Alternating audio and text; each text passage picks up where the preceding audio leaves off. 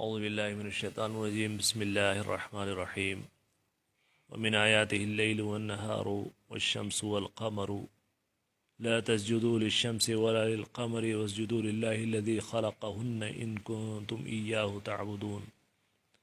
فإن استكبروا فالذین عند ربک یسبحون له باللیل والنہار وهم لا یسأمون۔ سورہ فصلت کی آیات 37 سے آج کی گفتگو ہوگی۔ اللہ رب کریم نے اس وسیع کائنات میں ابتدائی آیات میں تو اس وسیع کائنات کی تخلیق کے مراحل کا تذکرہ فرمایا اور عبرت اور موعظت اور نصیحت کے مختلف اسالیب اور مختلف انداز کا ذکر کرنے کے بعد پھر دوبارہ اس کائنات میں پھیلی ہوئی اللہ تعالیٰ کی جو نعمتیں ہیں ان کا تذکرہ فرمایا ہے۔ فرمایا وَمِنْ آیَاتِهِ اللَّيْلُ وَالنَّهَارُ، اور اللہ کی نشانیوں میں سے وہ نشانیاں کہ جو اس کی ربوبیت کے نظام کی طرف اشارہ کرتی ہیں اور اس بات کا لازمی طور پر تقاضا کرتی ہیں کہ بندے اپنے خالق کو اور اپنے رب کو پہچانیں اور خالص اس کی ہی عبادت کریں۔ وَمِنْ آیَاتِهِ اللَّيْلُ وَالنَّهَارُ، اور اس کی نشانیوں میں سے رات اور دن ہے۔ وَالشَّمْسُ وَالْقَمَرُ، اور سورج ہے اور چاند ہے۔ لَا تَسْجُدُوا لِلشَّمْسِ وَلَا لِلْقَمَرِ، نہ تم سجدہ کرو سورج کو اور نہ چاند کو۔ وَاسْجُدُوا لِلَّهِ الَّذِي خَلَقَهُنَّ، اور اس اللہ کو سجدہ کرو کہ جس نے ان کو پیدا کیا۔ کس کو؟ سورج اور چاند کو۔ ای الآیات الاربع، ان چار نشانیاں دن اور رات، سورج اور چاند، ان کو پیدا کرنے والے جو ذات ہے اس کو سجدہ کرو۔ ان کنتم ایاہ تعبدون، اگر تم اس کی عبادت کرنا ہی چاہتے ہو۔ تو اصل میں انسانوں نے دنیا کی جو تاریخ بتائی جاتی ہے وہ اس کے لیے جو بنیادی طور پر مآخذ یا اس کے جو سورسز ہیں اس میں آثار قدیمہ ہیں، پرانے زمانے کی جو کھدائی ہوتی ہے اور اس میں جو تحریریں نوشتے وہ ملتے ہیں، ان کی بنیادوں پر، پرانے قلعوں کی بنیادوں پر، پرانے کھدائیوں میں ملنے والے برتنوں اور اس طرح کی ان کی عمروں کی تعیین کے اعتبار سے انسانوں کی اور اس تہذیبوں کی تاریخ متعین کی جاتی ہے۔ لیکن میں پہلے بھی عرض کر چکا ہوں کہ انسان بنی نو انسان بلکہ اس پوری کائنات کی تاریخ کا جو سب سے مستند ذریعہ ہے وہ اللہ تعالیٰ کی وحی ہے، قرآن کریم۔ جس ذات نے اسے پیدا کیا اس سے بہتر کون جان سکتا ہے؟ چنانچہ قرآن کریم اور احادیث میں جہاں جہاں اس کے اشارے ملے ہیں وہ سب سے مستند ذریعے ہیں اس بات کے کہ یہ کائنات کیسے پیدا ہوئی اور انسان میں دنیا کے اندر سانس لینے والا پہلا انسان کون تھا اور وہ کس عقیدے، کس فکر اور کس خیال کا شخص تھا۔ تو ہماری جو تاریخ ہے مستند ترین وحی کی تاریخ ہے، اس میں سب سے پہلے انسان سیدنا آدم علیہ السلام تھے، اور ظاہر آدم اللہ کے نبی تھے، اللہ کی ہدایت پر تھے، اور آپ کی ہی زندگی میں چونکہ خیر و شر کا سلسلہ تو ازل سے ہے اور ہمیشہ رہے گا، تو اس اعتبار سے شر کا سلسلہ بھی ان کی ذات سے ہی شروع ہو گیا کہ ان کی ہی اولاد میں قابیل اور حابیل دونوں کی باہم تنازع ہوا اور قابیل نے حابیل کو قتل کر دیا، اور پھر آہستہ آہستہ چلتے ہوئے سیدنا نوح تک جو حضرت آدم علیہ السلام کا سکھایا ہوا توحید کا سبق تھا وہ آہستہ آہستہ اولاد بھولتی گئی اور شرک بڑھ گیا، اور پھر جو نوح جو آدم ثانی کہلاتے ہیں ان کے دور میں جو ہے ایک عذاب آیا، طوفان آیا، اور ایک مشرک قوم کو ختم کر کے اللہ تعالیٰ نے حضرت نوح اور ان کے ساتھیوں اور ان کے اولاد میں سے چند جو موحدین تھے ان کو باقی رکھے اور تہذیب انسانی دوبارہ اس نے پروان چڑھنا شروع کیا، اور پھر نتیجہ یہ نکلا کہ حضرت ابراہیم علیہ السلام کے دور آتے آتے تہذیب پھیلی بھی، دنیا کے اندر آبادیاں ادھر ادھر پھیل بھی گئیں، اور پھر حضرت نوح کا سکھایا ہوا توحید کا سبق لوگ بھول گئے۔ اب جب وہ توحید سے ناآشنا ہو گئے انسان، اور کچھ ایسے علاقوں میں بس گئے کہ جہاں پر کوئی ہدایت کی روشنی نہیں تھی، تو انہوں نے مظاہر پرستی شروع کی۔ حالانکہ جو سیکولر تاریخ پڑھائی جاتی ہے وہ یہی بتاتے ہیں کہ انسان اولی ہی انسان مظاہر پرست تھا، لیکن ایسا حقیقت میں نہیں ہے۔ پہلا انسان یا ہدایت یافتہ جو دو گروہ گزرے ہیں انسانی تاریخ کے، وہ سارے ہی مظاہر پرست نہیں تھے، بلکہ وہ لوگ مظاہر پرست تھے کہ جو کسی ایسے علاقے میں بسے کہ جہاں کوئی ہدایت کا سلسلہ موجود نہیں تھا، اور وہ قدرت کے مظاہر، سورج ہے، چاند ہے، دریا ہے، پہاڑ ہے، یعنی وہ چیزیں کہ جس کو انہوں نے اپنے مقابلے میں پاورفل اور سپر سمجھا، تو ان کو انہوں نے نافع سمجھا اور زار سمجھا۔ انہوں نے سورج کی تپش دیکھی، اس کا فائدہ دیکھا، اس کا قہر دیکھا، انہوں نے چاند کی ساری رنگینیاں دیکھی، اور اس کے بعد انہوں نے دریاؤں سے ملنے والا فائدہ بھی دیکھا، اور دریاؤں کے طوفان بھی دیکھے۔ ٹھیک ہے، تو ان سب چیزوں کو پھر انہوں نے پوجنا شروع کر دیا اپنا خالق اور اپنا معبود سمجھ کر۔ تو اللہ تعالیٰ نے یہی بات فرمائی ہے اس آیت کے اندر کہ تم قدرت کے بنائے ہو ان مظاہر، چاہے وہ سورج ہو یا چاند ہو یا دن ہو یا رات ہو، ان کی پوجا کرنے کے بجائے اس ذات کی پوجا کیوں نہیں کرتے کہ جس نے ان کو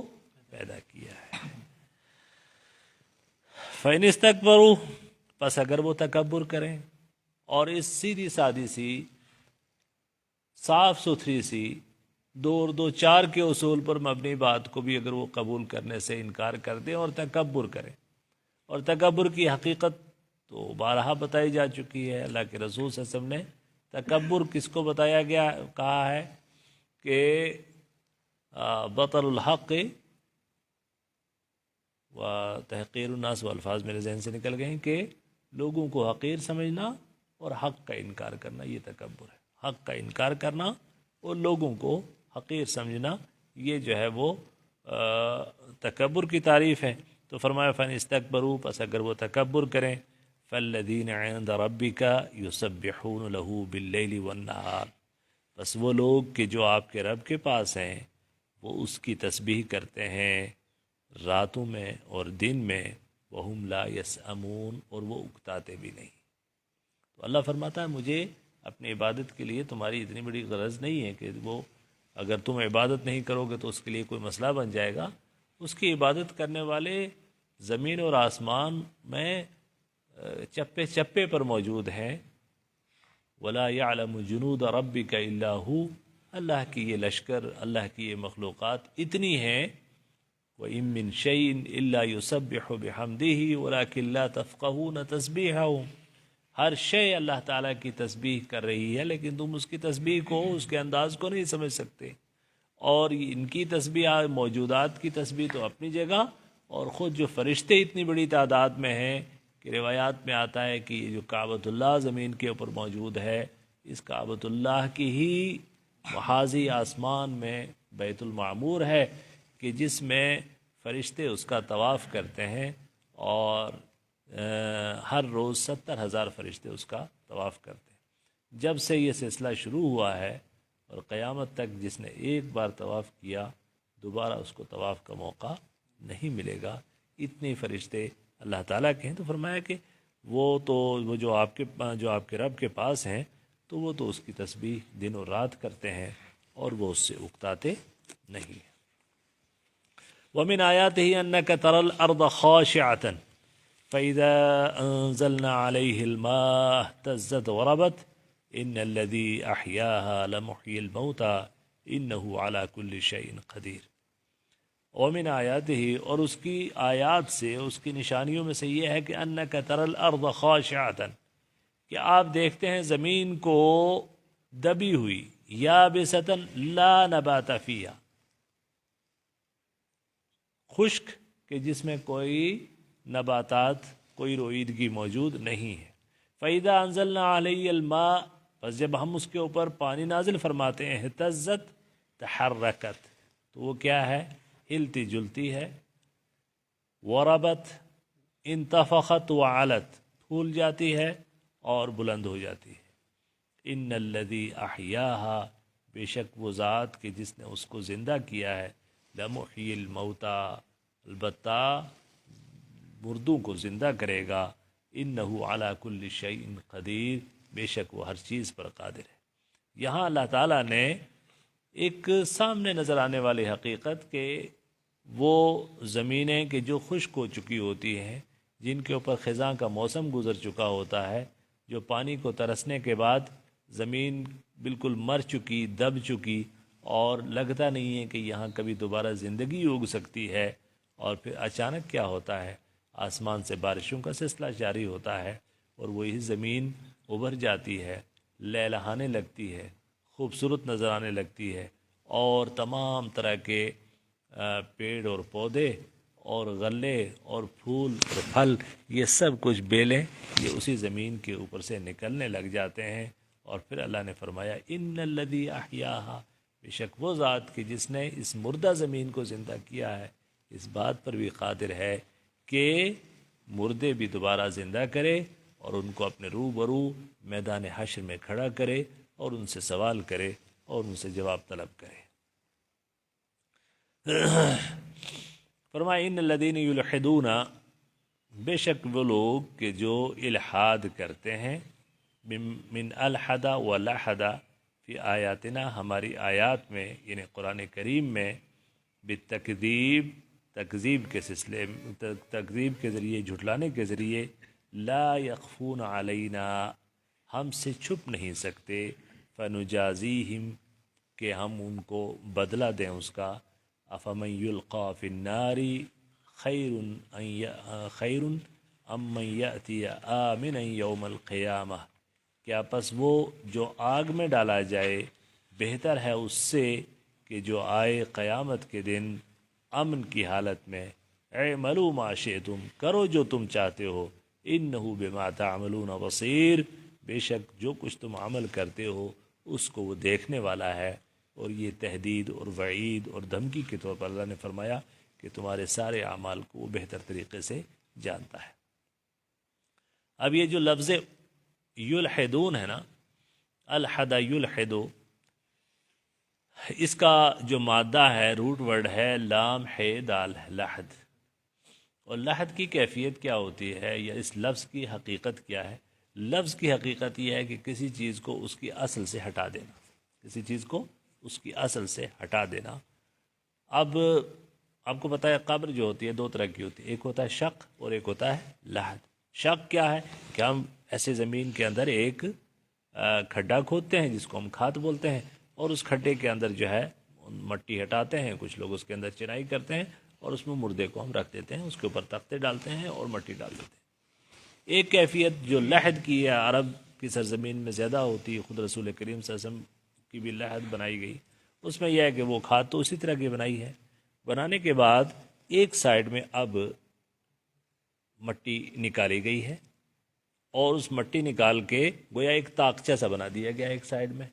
اور میت کو قبر میں اتارنے کے بعد اس طاقچے میں ہم نے کھسکا کے اس کو ایک طرف کر کے، اور اس طاقچے کو اس طریقے سے کچی اینٹوں سے ڈھانک کے، اور اس کے اندر پوری اس گڑھے کے اندر مٹی ڈال کے اور اس کو برابر کر دیا جاتا ہے، اس کو لحد کرتے ہیں۔ تو لحد کس اعتبار سے؟ گویا ہم نے میت کو نیچے پہنچانے کے بعد ایک سائیڈ کر دیا، ٹھیک ہے نا۔ اب لفظوں کو اس کے اصل معنی سے اگر ہٹا دیا جائے، حقائق کو اس کی اصل حقیقت سے ہٹا کے دوسری چیزوں کی طرح بیان کر دیا جائے، تو یہ ہوتا ہے الحاد، یہ ہوتا ہے الحاد۔ تو اللہ تعالیٰ کے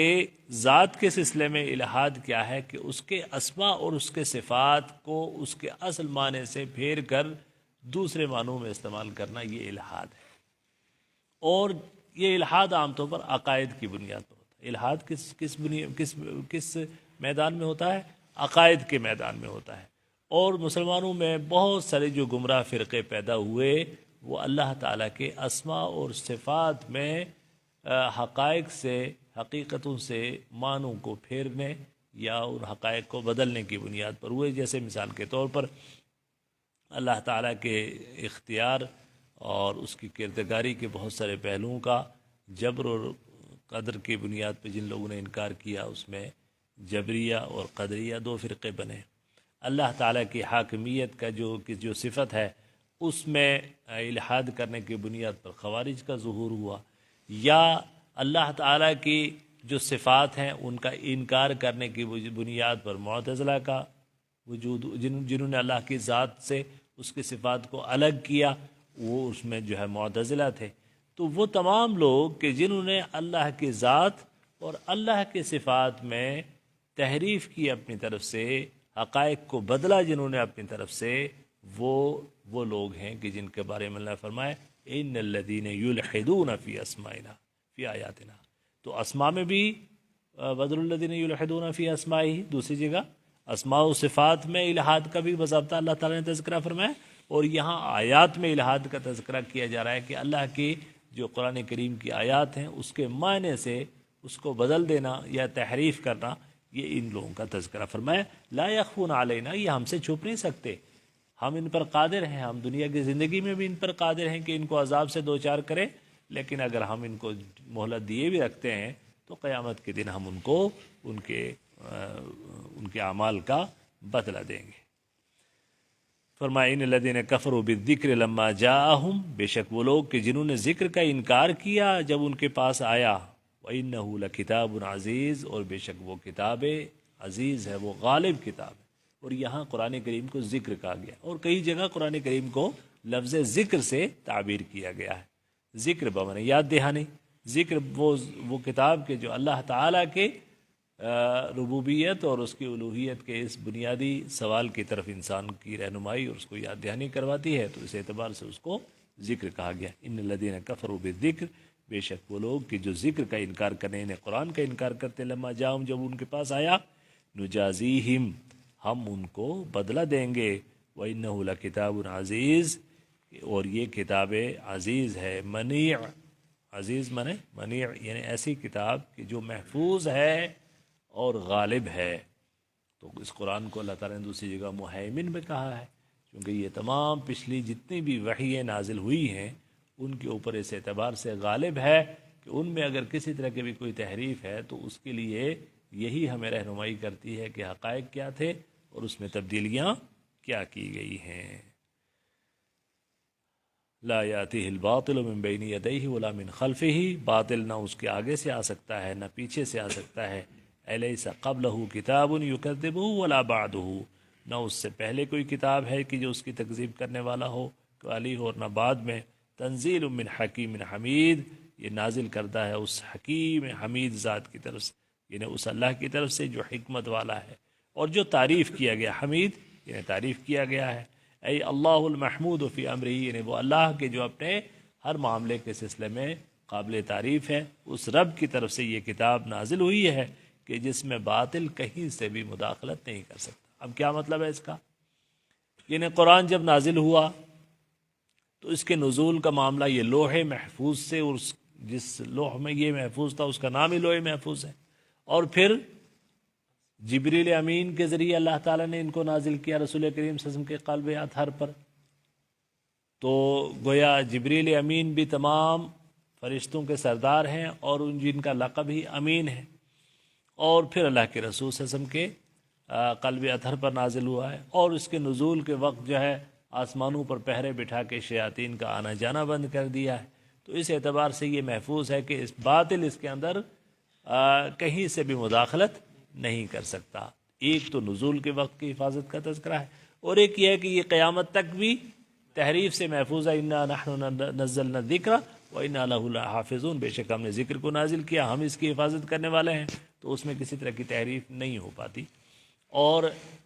اس سینوں کے اندر محفوظ ہے، اس کے حرف اور اس کے حرکات تک محفوظ ہیں، اور ان کی تعداد متعین ہے کہ کتنی ہے، لہٰذا اس میں کوئی، لیکن اس کا مطلب یہ نہیں کہ کوئی تحریف کی کوشش نہیں ہوتی، تحریف کی کوشش ہوئی ہے۔ بس کوئی کہے کہ صاحب یہ آپ کیسے کہہ سکتے ہیں، یقیناً تحریف کی کوششیں ہوئی، آج بھی معنی طور پر معنوی طور پر تحریف کی تو بہت کوششیں ہوئی، دن رات کوششیں کی جا رہی ہیں، ٹھیک ہے نا۔ معنوی طور پر تحریف کی تو دن رات کوششیں کی جا رہی ہیں، اور لفظی تحریف کی بھی کوششیں کی گئی، لیکن کتاب محفوظ ہے، اس لیے کوئی بھی اس طرح کی کوشش کامیاب نہیں ہوئی ہے۔ سعودی عرب کے اندر جو مدینہ منورہ میں ملک فہد کے نام سے جو قرآن کمپلیکس ہے، جو قرآن کریم کے تراجم اور نسخے پوری دنیا میں چھاپ کے تقسیم کرتے ہیں، وہاں کسی یورپین ملک سے ان کو ایک خط آیا کسی لائبریری کی طرف سے کہ ہمارے پاس قرآن کریم کا ایک ایسا نسخہ ہے کہ جو اس کی مختلف صفات بیان کی، اور اس کے بعد کہا کہ یہ ہم آپ کو، اگر آپ خریدنا چاہیں تو ہم کو بیچنا چاہتے ہیں، ملینز میں اس کی قیمت بتائی۔ تو انہوں نے بڑا اچھا جواب دیا ان کو، انہوں نے کہا اصل میں یہ سارے یورپ میں جتنا بھی کوئی اس طرح کی اسلامی چیزیں ہیں جو مینuscripts یا مخطوطات ہیں، وہ سب چوری کیے ہوئے ہیں۔ تو اس میں انہوں نے کہا دیکھیے صاحب، اگر اس قرآن جو آپ کے پاس موجود ہے اس میں کچھ ایسی چیز ہے جو ہمارے والے قرآن میں نہیں ہے، اور اس بنیاد پر وہ بہت نادر چیز ہے، تو جناب ہمیں نہیں چاہیے، کیونکہ جو ہمارے پاس ہے وہ اس میں سب کچھ موجود ہے، اور اگر وہ سارا کچھ ہے جو اس میں ہے وہ اس میں ہے، تب بھی ہمیں اس کی غرض نہیں ہے کہ اللہ نے ہمیں وہ دیا ہوا ہے، ہمارے بچے کو یاد ہے، آپ اسے اپنے ہاں رکھیے، اور وہ آپ جو ہے تو اس اعتبار سے قرآن کریم بہرحال محفوظ تھا، ہے اور رہے گا۔ ہم نے 10 منٹ کا اعلان کیا تھا، کبھی 10 منٹ آپ کے پاس ہیں کہ نہیں، اور ہمارا ٹائم کبھی 15 اور کبھی 20 منٹ ہو جاتا ہے، سننے اور دیکھنے والوں سے معذرت، لیکن مضامین ایسے ہوتے ہیں کہ جس کے تسلسل کو باقی رکھنے کے لیے گفتگو تھوڑی لمبی ہو جاتی ہے۔ السلام علیکم ورحمۃ اللہ وبرکاتہ۔